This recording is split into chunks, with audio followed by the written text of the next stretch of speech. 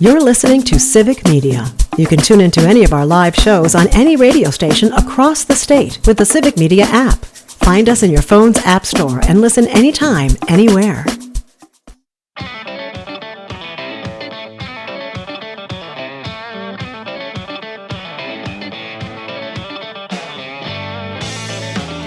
Hey, Wisconsin, this is Raised in Wisco. I'm your host, Joel Clayfish.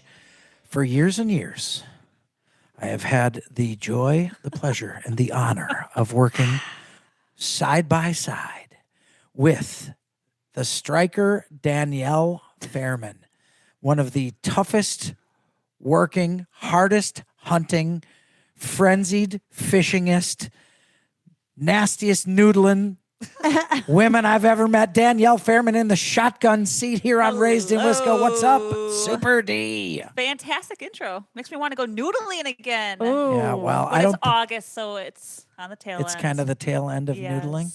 Was that a unfortunately. fish joke? It was. Well, it was I off. get- I Tail get- end. It- Oh. It was off the scales. I get That one. was- Punny. Sorry. Very punny. Wow. Back to back. And of course, we have our in-house chef, which is really a benefit to all of us, not to my waistline, but chefery, official chef of Raised in Wisco. Ellie Lawton is here to bring us this week's recipe and generally chip in and tease me along with Danielle. I'm just swimming along. You're just swimming along. Oh, that was a dad joke, kind of, wasn't it? Sure. Well, hopefully the show doesn't go welcome. upstream from there. Downstream. Downstream from there. Dave Sella's here. He spends a lot of time in the outdoors, and we're happy to have him. And Dave, we kind of teased you a little bit about the fact that you and Megan are an item. Show contributor Megan Salazar is here, foodie to the show, contributor to the show, and the media czar of Raised in Wisco, who works on all of our Facebook stuff. She's got some announcements to make this week about the Wisconsin Waterfowl Hunters EXPO. Very excited about that. I Megan. do. Yeah, You're we're gonna gonna- tell everybody. Well, we're remind talking everybody. about it. We're going to remind everybody about the Waterfowl Hunters Expo. Well, yeah, because everyone should come. It is a big deal. It is a big deal. Fantastic. August 22nd and 23rd. August Yes. 22nd and 23rd. We're all going to be there. Why aren't you there? Megan Salazar is question. going to be there working at the Women's Zone. Danielle Fairman, come and check out these folks. Check out these celebrities from Raised in Wisco in the flesh. Bring along your autographed pens and pads because you're going to get to work with them on waterfowl hunting at the Hunters Expo. And something tells me you can ask them any other questions that you hear. Whatever that you get, want. That get raised. We have a on wine Raised in tasting Wisco. too. There's Friday a wine night. tasting. Oh yeah, I set up a wine Wow. tasting Friday night for the ladies. That sounds fun. I mean, Wine and waterfowl. I want to say Ooh. that sounds great. The Waterfowl Hunters Expo really is something for everybody. If you have never waterfowl it's hunted fantastic. before in your life, do not be afraid to go. People are extremely friendly. They will help you learn how to start. If you're an expert waterfowl hunter, this is a great place for you. The finest in technological advancements. Some of the decoys are unbelievable. I love to go there because I love every new gadget that has come out. And you'll see the new spinning wing stuff.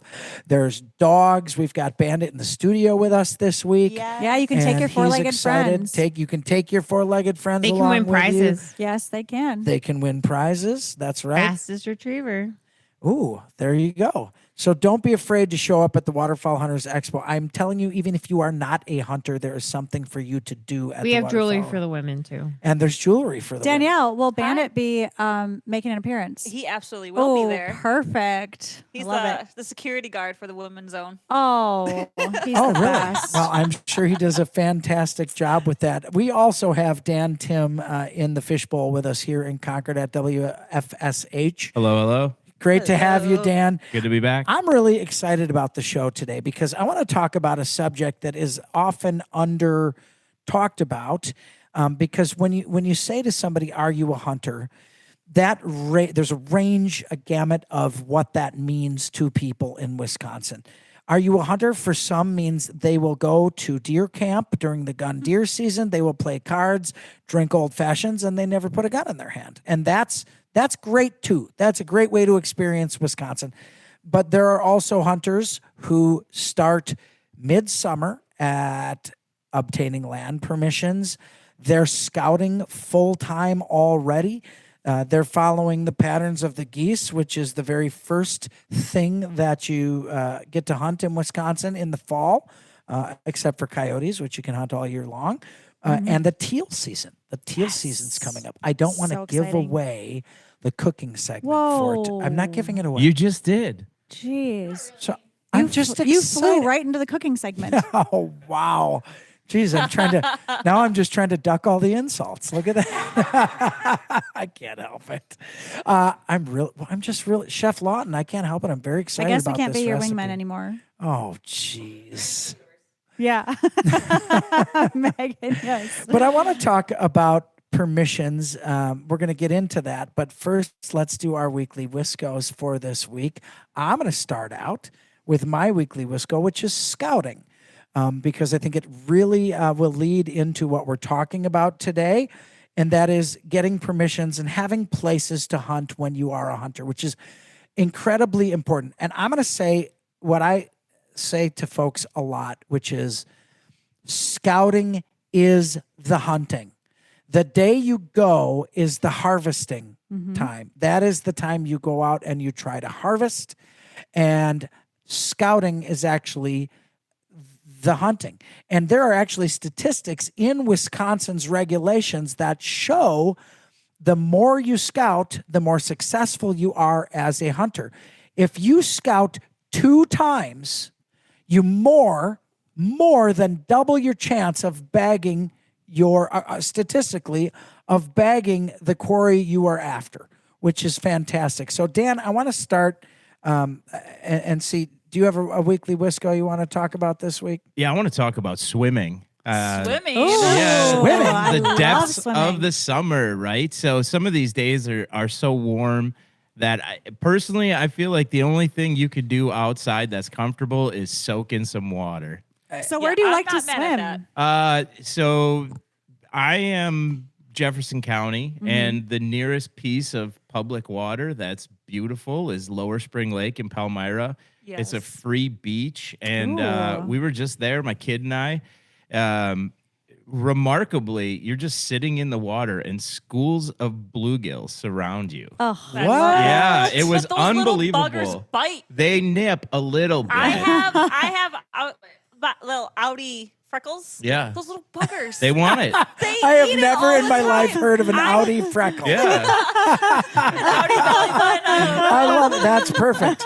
Yeah, just soaking in the water and trying to catch bluegills with your hands. It was a great time. oh my gosh, Danielle, I love that. I have to just say, you have a unique perspective of looking at everything. I have little Audi freckles, she Yeah, little says. outie freckles. Well, then you probably get nipped at a lot by the I do. fish. I used to be terrified to go on the lake when I was a kid because they would always attack me. And now you go in and you shove your hands in holes and Punch 'em in the put, face. It's put your payback. hands right in a Yeah. catfish's mouth. It's payback. Danielle, what's your weekly Wisco? My weekly Wisco was extra to go about this episode.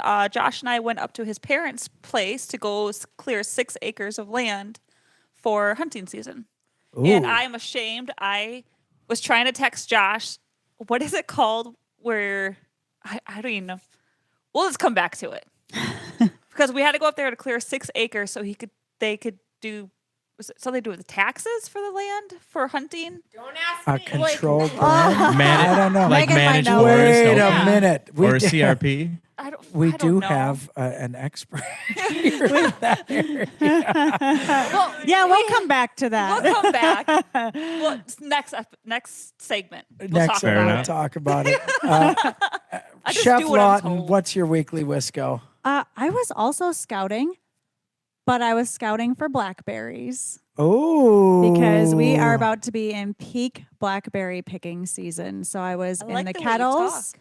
and scouting for that. Yeah. Oh my gosh, I love blackberries with a little one of the provider rubs dashed on top. I love that yeah. salty, sweet business. So good. And I have to tell you, growing up, I did not realize how many things there are in Wisconsin's wild that you can eat It's insane. so much of the year. Yes. As soon as the frost is off, all the way to the end of fall, you can have natural wild mushrooms Yes. and berries. When and I was in Montana, leaf. wild huckleberries. Yeah. That was Ooh, the that sounds greatest thing. At the delicious. side of the trail, just what you do here, but have the huckleberries. My wife made jelly out of violets, wood violets. Yes. Wisconsin What? State flower wood violet I jelly. love that. Oh my gosh, it was incredible, Joel. Really? Yeah, Where did she pick them? unbelievable. Did she From pick the them yard, right in the yard. And Love my that. daughter Yeah. Violet was named after the Wisconsin wood violet. Oh, so that's there you perfect. go. That sounds delightful.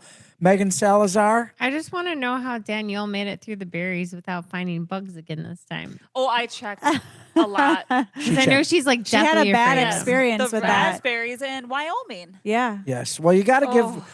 give Oh. berries a good, quick, cool, cold water wash. Yeah. That's what I found. And I you get sprinkle out baking most. soda on mine You too. get. Hey, you know Do you what? just carry baking soda with you in the woods? I'm not Maybe. that. Sometimes. Maybe. Chef You've Lawton seen how I probably does. travel. This is true. Yes. Oh, that's fantastic. I want to get into the.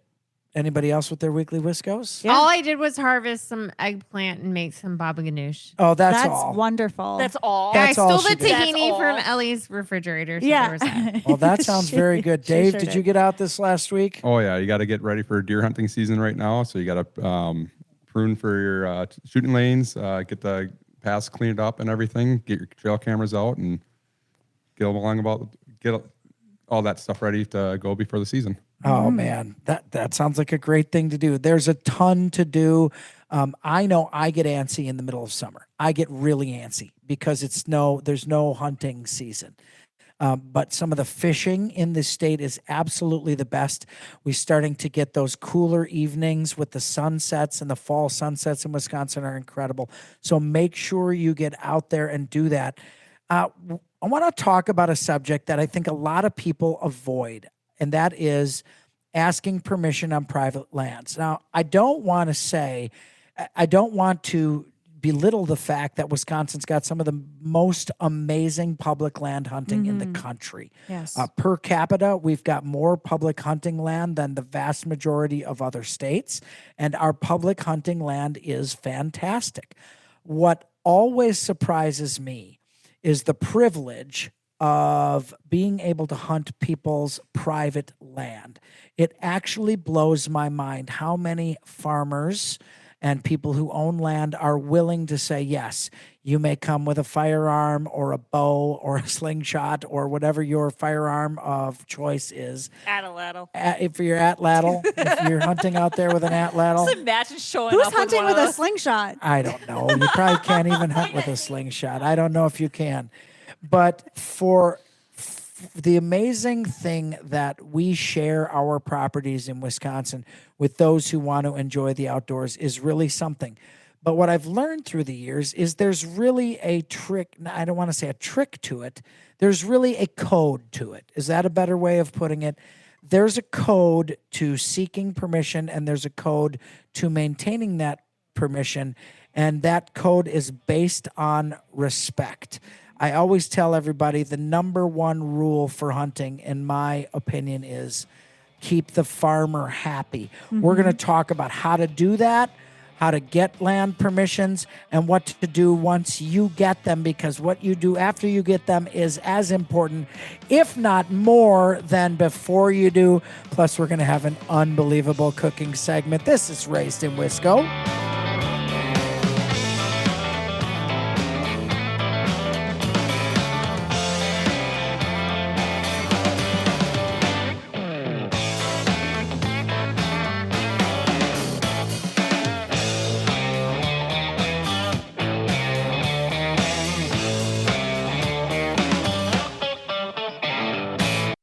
You're listening to Civic Media. Stay up to date on the latest news and information for your local community and Wisconsin by signing up for our free email newsletter. Visit civicmedia.us/email to get started.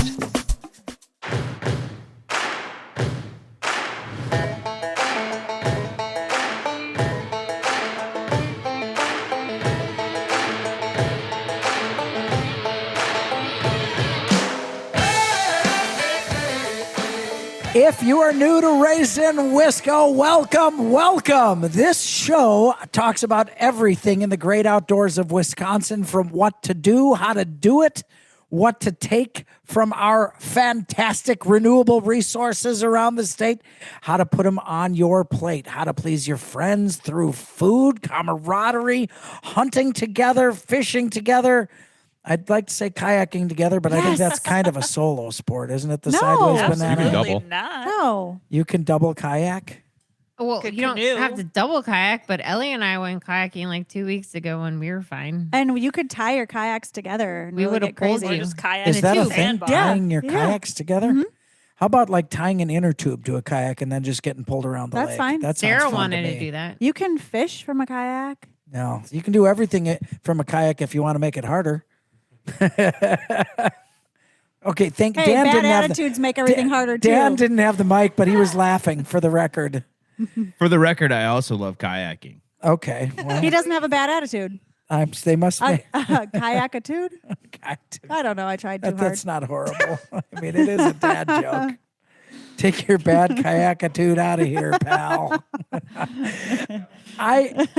Hunting season's around the corner, and something that I have found is that there is a distinct difference in many hunters in Wisconsin.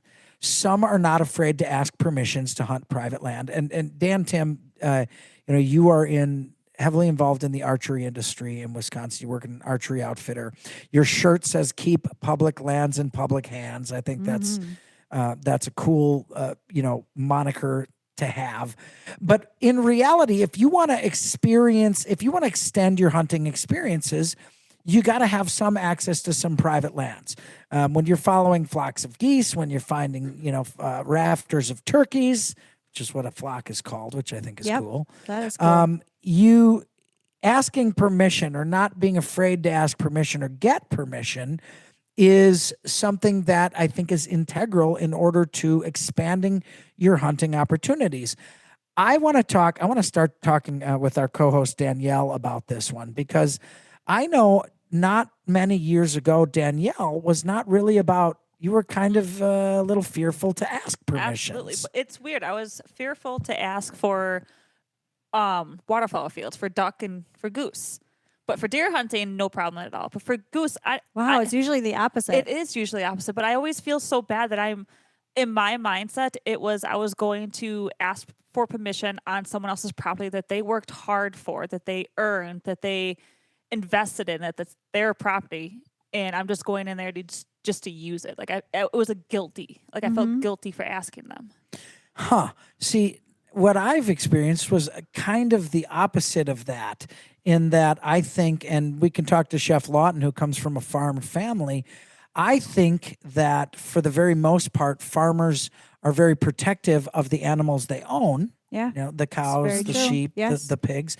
But I think they see oftentimes an overabundance of wild game as somewhat of an enemy, because that wild game is eating their crops and taking profits out of their hands. And those predators who are overpopulating an area are damaging their livestock or their opportunities to keep healthy livestock. And in many cases, even the wild game, like I said, in overabundance becomes a problem for a farmer. Yeah, I think it's, from what I've experienced, is it's a healthy mix of some farmers saying, hey, you know what? I'm just not cool with it. I like my land private, closed off to me and my family. A lot of the farm families, they hunt together on the property. And then there's a good portion of it that you have the farmers, like to your point, Joel, they see the critters coming in, whether it's coyotes, rabbits, waterfowl passing through their property, taken away from their livestock or just their property. It's more maintenance to the property in general when Sure. you have these animals coming through. So it's helpful to a lot of these farmers, and a lot from my experience say, yeah, you know what, my family, they deer hunt here, but go ahead and goose hunt, duck hunt, come in the winter and coyote hunt. They're so willing to open up their property. And I mean, personally, I'm so grateful for those farmers that do, because it's just a really beautiful experience. Yeah, there's no doubt about it. I think, and we're going to kind of get into some of the nuances of what to do when you have permission, how you maintain that permission, and of course, how a few bad apples can ruin it for the hunting community. We've all had that experience. Yeah. Dan Tim works in the archery industry.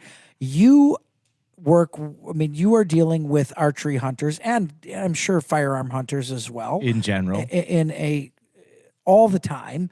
What would you say is the breakdown of folks who hunt private versus public land in Wisconsin? Just anecdotally from your experience. Somewhere near 50-50. Honestly, I think it may even skew heavier towards public land, just given the numbers in the hunting community. And like you mentioned it, where a lot of hunters are the deer camp hunters, and those might be public land hunters, but they count towards the numbers for 3 days out of the year or whatever it might be. But right around a coin flip, I think 50-50. Yeah. And I think something that's interesting about that is you have some people who are literally afraid to ask. And we're going to talk about that and why I'm saying this. And I'm saying it to my own detriment, because the more people asking, the fewer fields I'm going to get permission on. But I also love proliferating new hunters and amateur hunters in Wisconsin. So this show's about sharing our secrets. We're going to talk about that. I'm going to talk about some of the, what I do to make sure those farmers know I appreciate the privilege of getting on their land. And we have a very cool, awesome, apropos recipe for the upcoming waterfowl season from Chef Lawton. This is Raised in Wisco.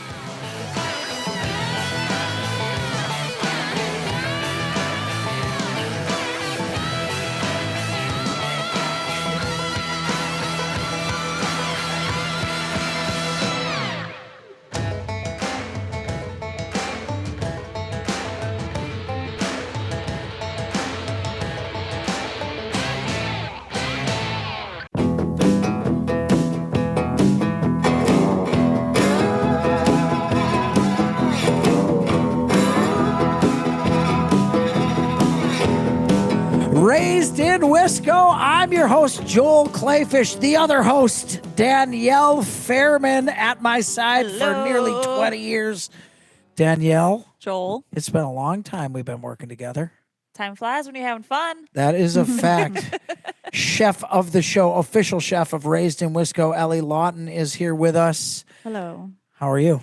Just dandy. Well, it's I'm Dandelion. Dandelion, which we had an awesome recipe with. We sure did. Salad. We have that a was fantastic recipe Is this it bad week. that I wish they grew all year round? It's not to me. I always thought they were beautiful. Honestly, I always said if they were hard to grow, they'd cost $1 million because they are a very pretty flower. There's no doubt about it. Yeah. Dan Tim, an expert in the archery industry. Dave Sella's with us. And of course, our resident contributor, foodie Megan Salazar is joining us. She comes up with some pretty fantastic culinary creations. If I may, we had hot pot today before the show, which was absolutely incredible. It was Yes. delicious. That was easy. Incredible. With the wild boar and venison. Well, that's one of the cool things about the show. We get to tell you how to do it easily. You don't have to, go through hoops to make some really fantastic food. We had thinly sliced venison, we had wild boar, and we had lamb, and it was absolutely delicious. And you Wonderful. can kind of throw anything you want, boil And it up. we had sheep's head. and Just we so had you guys sheep's know. head. That's right. I loved it. It was fantastic. We're talking about getting permission in private land hunting versus public land hunting. And one of the things that I have noticed is that a lot of folks in Wisconsin hunt public land because they're just literally afraid to ask for permissions. Mm-hmm. So I want to go around. I want to go around the room and see what folks' kind of take is on that. Dave, do you hunt private or public land mostly? I mostly hunt private. And have you asked for permission? I've asked for it once 20 years ago, and I've still been hunting that property since. Oh, Yeah. wow. See, so obviously you've done a great job maintaining that. Dan, how about you? Do you personally hunt private or public or both? Both. I'll hunt both public and private. I'm fortunate enough to be in a similar position to Dave, where asked for permission probably 15 years ago now, and it's just a killer spot. So That's great. And we're talking whitetail hunting for you too. That's correct. Whitetail hunting is, and I don't think this is a secret to anybody, whitetail hunting is the hardest permission to get in Wisconsin. A lot of farmers who will allow you on for waterfowl. Now, I'm going to say I am going to get in trouble for this statement, but I enjoy waterfowl and turkey hunting more than whitetail hunting. Oh, So- I agree. I don't I'm the think same that's way. bad. Okay, well, Same don't. agree. I know. I heard Dan go, ooh. That's a hot take, Joel. That is a hot take. Whitetail is emotional in Wisconsin. There's no Very doubt about it. It emotional. is a religion in Wisconsin, like the Green Bay Packers. I will tell you that. But my take on it is that, number one, I like to talk too much, and you can talk while you're waterfowl hunting. Are you And sure? well, Really? Couldn't tell. Thanks. You should talk, by the way, Chef Lawton. I should I talk. just like watching my dog.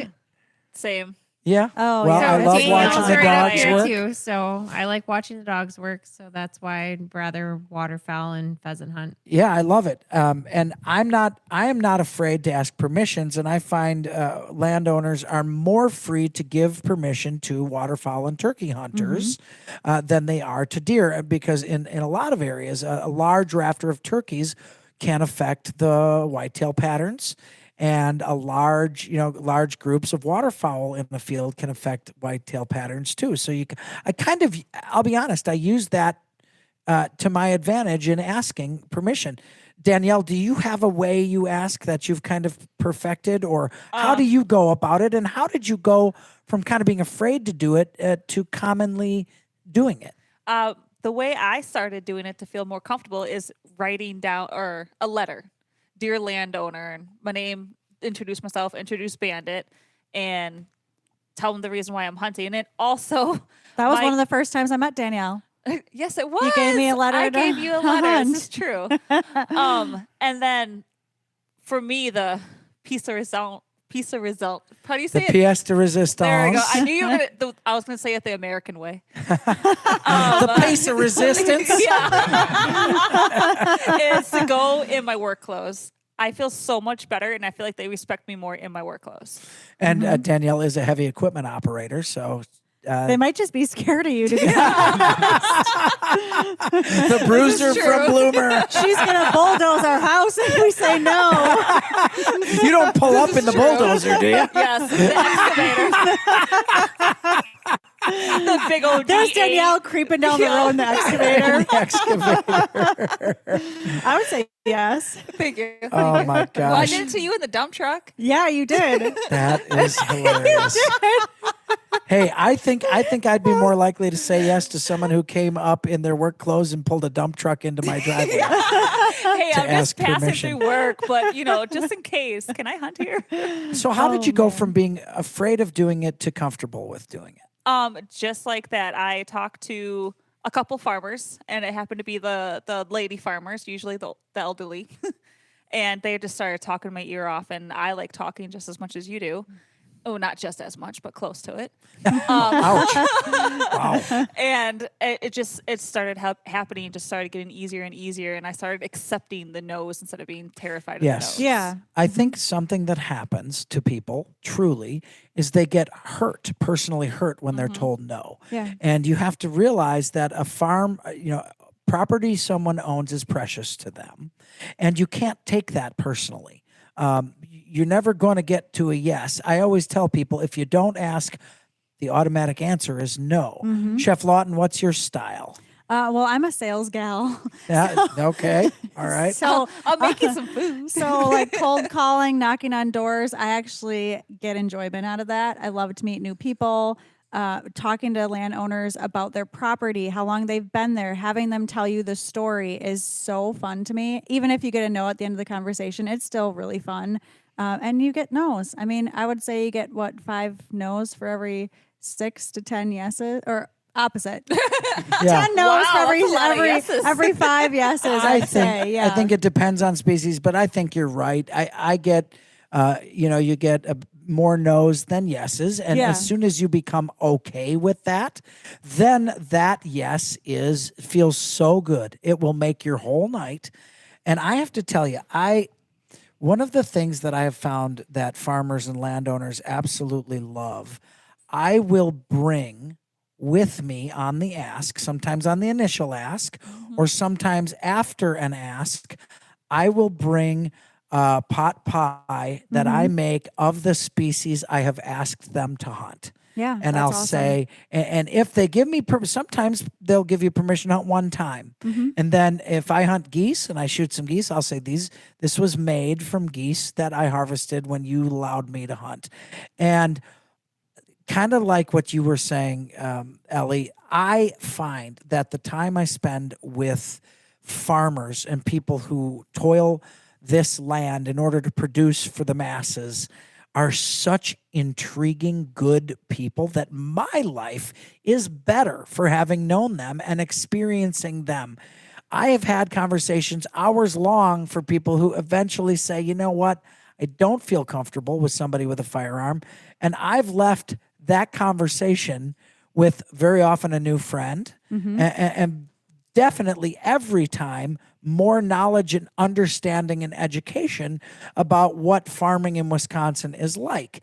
That information actually is kind of a seat for you to build the theater around your next ask, because when you talk to the next farmer, you're going to have more of an understanding of what their life is like. And that, to me, is a pretty cool thing. So I would encourage folks, if they're afraid to knock on that door, do not be afraid, and don't be afraid of the no. And if you want to start with an easier ask to hunt turkeys or ask to hunt some waterfowl, because turkeys in massive, massive groups can do some real damage. And you know what?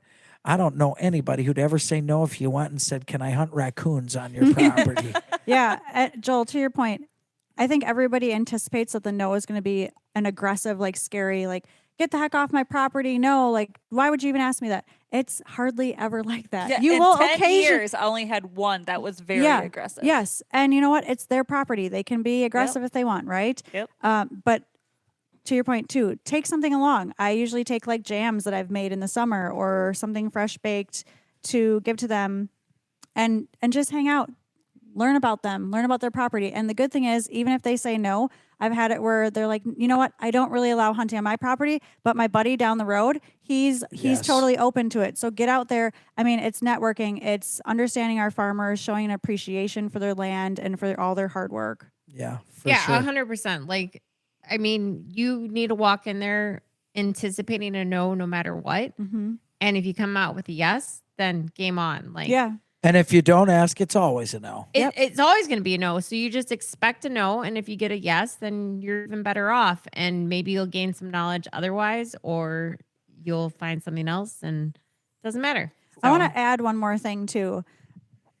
Don't go the week before hunting opens. Yes, that is a key. Jeez, That if you is want a to get an key. aggressive no, go the week before, go the day before, and go in your hunting clothes. Jeez, do not do that. You should be going in the summer if you're looking for fall. You should be going in the winter if you're looking for spring. I mean, go early and go back a couple more times before hunting starts to drop them off, a small gift or a baked good or something. I think Ellie made an excellent point in always network. And that's something my grandfather told me, was always network and never burn bridges. Yes. Because it might not be, that person that you talk to, but they may know somebody. And I would also encourage folks to dig into their own networks. Right. The people that are close to them, that know them and understand them.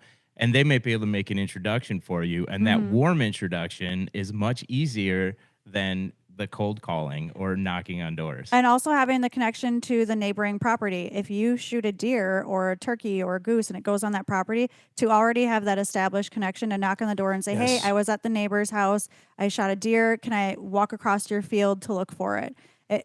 It's setting you up for success no matter what. I'm telling you what, I have gotten permission so many times from getting permission from a farmer. I will stop at the nearby, the neighboring properties and say, I just want to let you know they gave me permission. So you might hear some shooting at 6 a.m, 5 a.m. And how many times they'll say, oh gosh, well, if you want to hunt here, you can hunt here too. Yeah. And then you're building bonus properties. I'm going to ask a real quick shotgun answer that really probably could be an entire show. I would like the women on our panel today to answer this. Is there a difference in asking for permission or getting permission if you are a man versus a woman? Yes. Yep. 100%. You think so? What is that Yes. difference? We're less intimidating when we walk up to that door. Like, they think that we're either doing it because we're providing for our family or we're getting into hunting and we don't have any clue. Otherwise, they want to provide us that opportunity. Whereas guys come off of as intimidating and they think like, oh, you're just here to shoot a big buck. Oh, wow, this is good stuff. Man, I Yeah. love this show.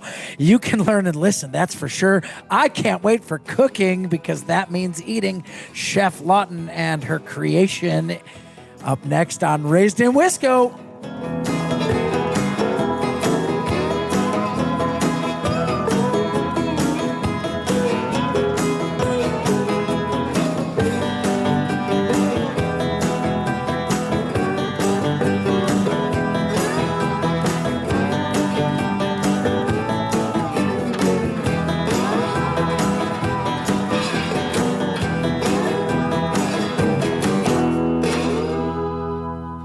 You're listening to Civic Media. Find the latest news, information, and archives of all your favorite shows on the Civic Media website, civicmedia.us.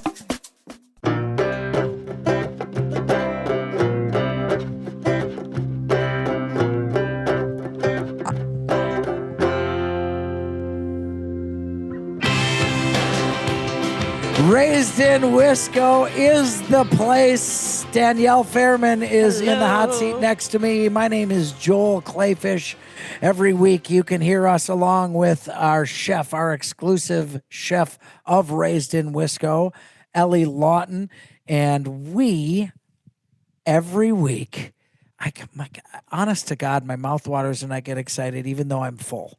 I don't know how it happens, but I'm we hungry. talk cooking every week. We like to bring you easy ways to take field and forage to table recipes, make them for your family and friends. We do everything from appetizers to main courses to drinks to desserts. Dips and you name it, sauces. dips, sauces.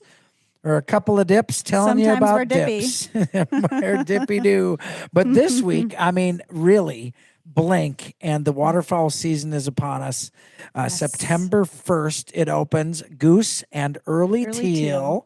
And Chef Lawton, I'm jacked because we have a recipe that is perfect for the beginning of waterfowl season. Yes. So today we are talking about teal. So like Joel said, early teal is starting September 1st. I believe it goes until the 9th. Teal is wonderful. Does It everybody is. here like eating it? Because it's Oh, yes. Oh, the absolutely. best. It's the best. So it's a pretty mild and delicate flavor.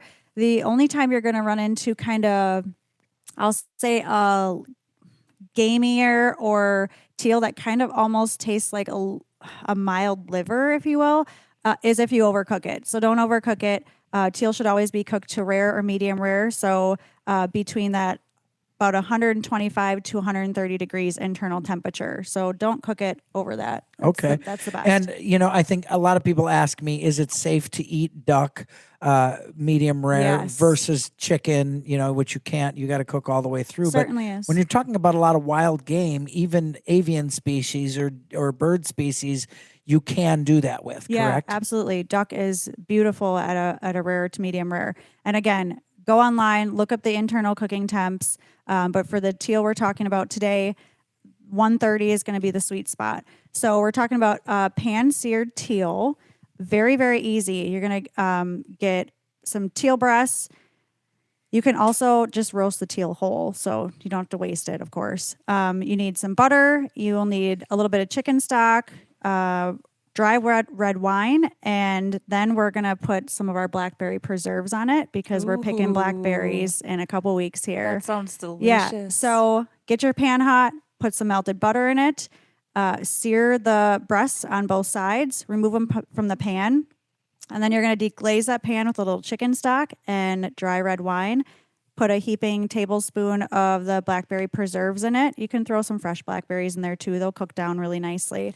When you say deglaze, explain exactly that process, because I've heard you use that before and I think I know what it means, but I'm not exactly sure. So when you're in this recipe, you're pan searing the duck breast on a hot pan with butter. So you know how like some of the, maybe a little bit of the skin or the butter will kind of caramelize onto the pan. Sure. So when that pan is hot, you're going to add the red wine or chicken stock, beef stock. Right to the butter that's still in there. Yeah, you're going to add it to that pan while it's hot and it's going to sizzle. And what you want to do is I use a wooden spoon and I kind of scrape the bottom of that pan because it's going to release all that good, crusty, not burnt on, but stuck on bacon grease or butter or little pieces of the poultry skin if you have it in there, and it makes a beautiful, beautiful pan sauce. I know Megan's probably over there drooling. She has something to add. It's called the frond. Yeah. What? You I want did not- to deglaze the frond. Glaze the So that's well, basically, listen to that. You're that's going to get the basically- official French chef terms too. Hey, so in Wisconsin, we'll say you're just going to remove the trash off the pan, but the trash is actually gold to us culinarians, that's for sure. Perfect.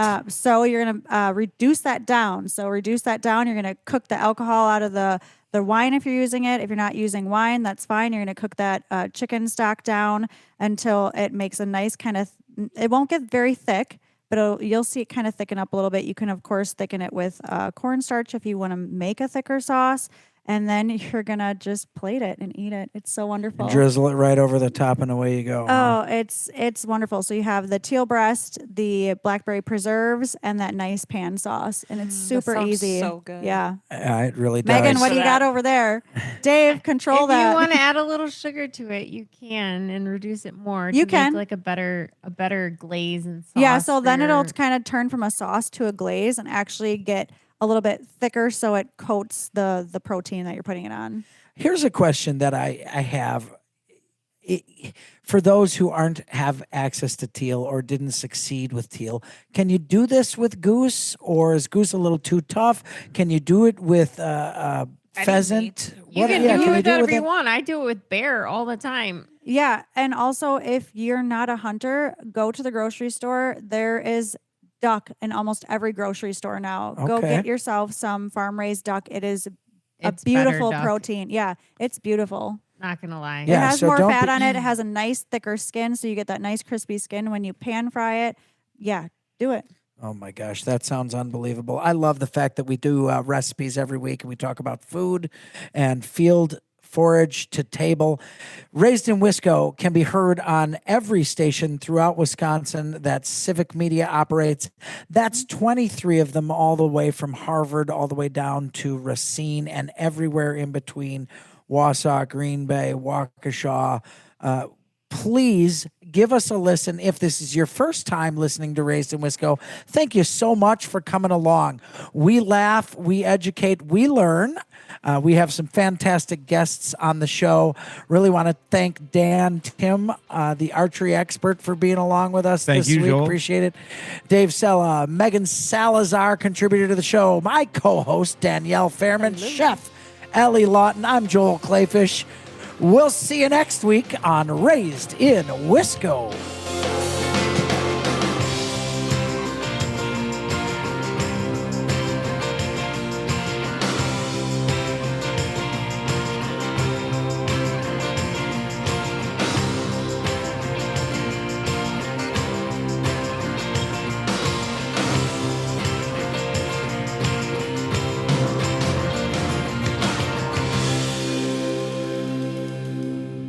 The national news cycle never stops, but it can be hard to find news about your local community. Civic Media is dedicated to providing quality local and state news coverage across Wisconsin. With the Civic Media app, you can get notifications about local stories that matter to you and your community. Find the free Civic Media app in your phone's app store and choose notifications from the menu to tell us what kind of news you want to hear about.